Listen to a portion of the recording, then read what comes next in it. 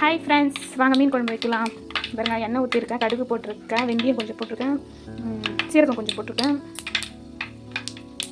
கடுகு பொரிஞ்சிடுச்சு. வாங்க போட்டுக்கலாம். பூண்டு நல்லா செவந்த பிறகு வெங்காயம் போட்டுக்கலாம். வெங்காயம் போட்டுக்கலாம்.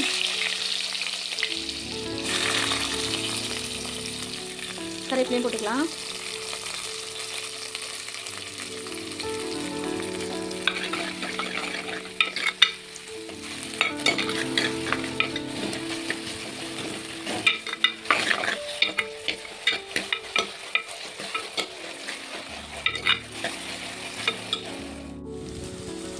வெங்காயம் நல்லா வதக்கிடலாம்.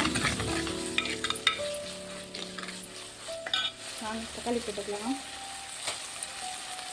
தக்காளி ஒரு 3 தக்காளி போட்டுக்கோங்க. மீன் குழம்பு நல்லா புளிப்பாக இருந்தால் தான் நல்லாயிருக்கும்.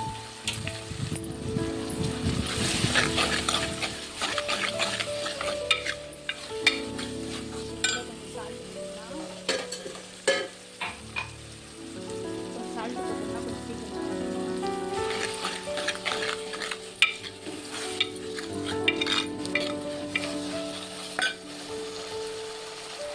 கொத்தமல்லி போட்டுக்கலாம்.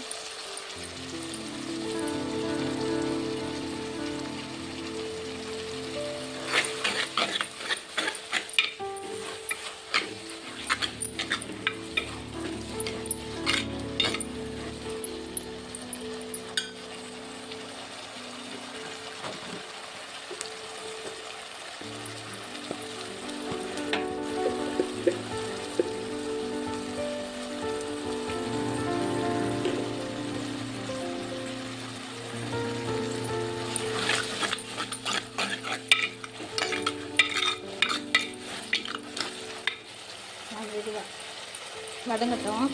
புளி கரைச்சிக்கலாம். புளி நல்லா ஊறிச்சு. இப்போ கரைச்சிக்கலாம். புளி கரைக்கும் போது கூட கரைச்சி எடுத்துட்டு வெடிகட்டிட்டு தக்காளி கொஞ்சம் கூட கரைச்சிக்கிட்டிங்கன்னா சூப்பராக இருக்கும் குழம்பு.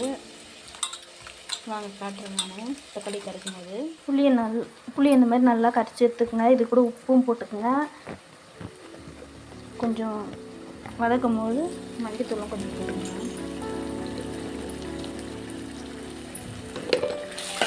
நல்லா எண்ணெய் மேலே வதங்க வரைக்கும் நல்லா வதக்குங்க.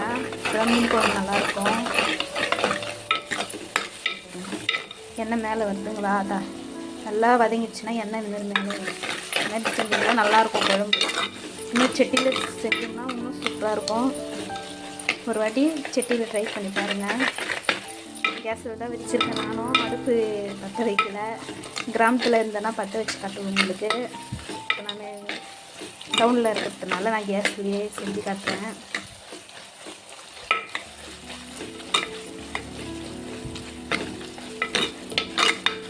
மிளகாத்தூள் இது கூட போட்டு கரைச்சிக்கலாம். புளி கூடவே காரத்துக்கு ஏற்ற மாதிரி போட்டுக்கோங்க. நான் ஒரு 4 ஸ்பூன் போட போகிறேன்.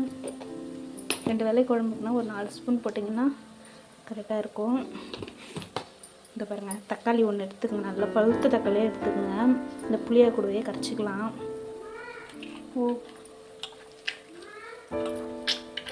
நல்லா கரைச்சிக்கிட்டுக்குங்க. குழம்பு சூப்பராக இருக்கும். பாருங்கள், தக்காளி நல்லா கரைச்சிக்குங்க. இந்த மாதிரி கரைச்சிக்கிட்டு நல்லா வதங்கிடுச்சு. இப்போ இந்த கரைச்சதை எடுத்து ஊற்றிக்கலாம். இது பாருங்கள் எவ்வளோ அழகாக கரைச்சிட்டு பாருங்கள். தக்காளி கரைக்கிறதாங்க நல்லா டேஸ்ட்டாக இருக்கும் குழம்பு. வாங்க ஊற்றிக்கலாம்.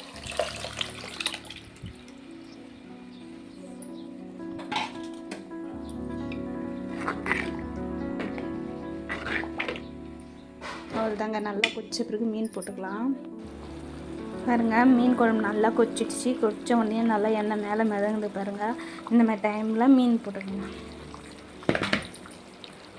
நாங்கள் சீலா மீன் வாங்கி வந்திருக்கேன். அவ்வளோதாங்க, குழம்பு ரெடிங்க. நல்லா நம்ம வெங்காயம் தக்காளி நல்லா வதங்கினாவே போதுங்க. குழம்பு நல்லா டேஸ்ட்டாக இருக்கும். புளி கொஞ்சம் மீன் குழம்புக்குள்ள புளி கொஞ்சம் எக்ஸ்டெண்டாக தான் நல்லாயிருக்கும். அதுவும் நம்ம சட்டியில் வச்சுருக்கோம். இன்னும் சூப்பராக இருக்கும் மீன் குழம்பு.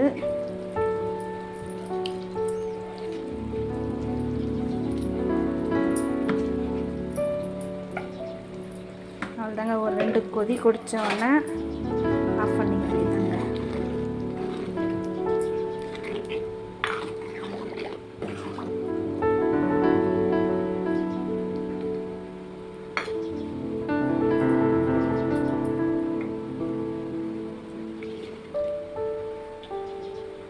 பாருங்க, மீன் கொஞ்சம் போட்ட உடனே கொஞ்சம் வெந்துடுச்சு. இன்னும் ஒரு கொதி கொதிச்சா போதும்.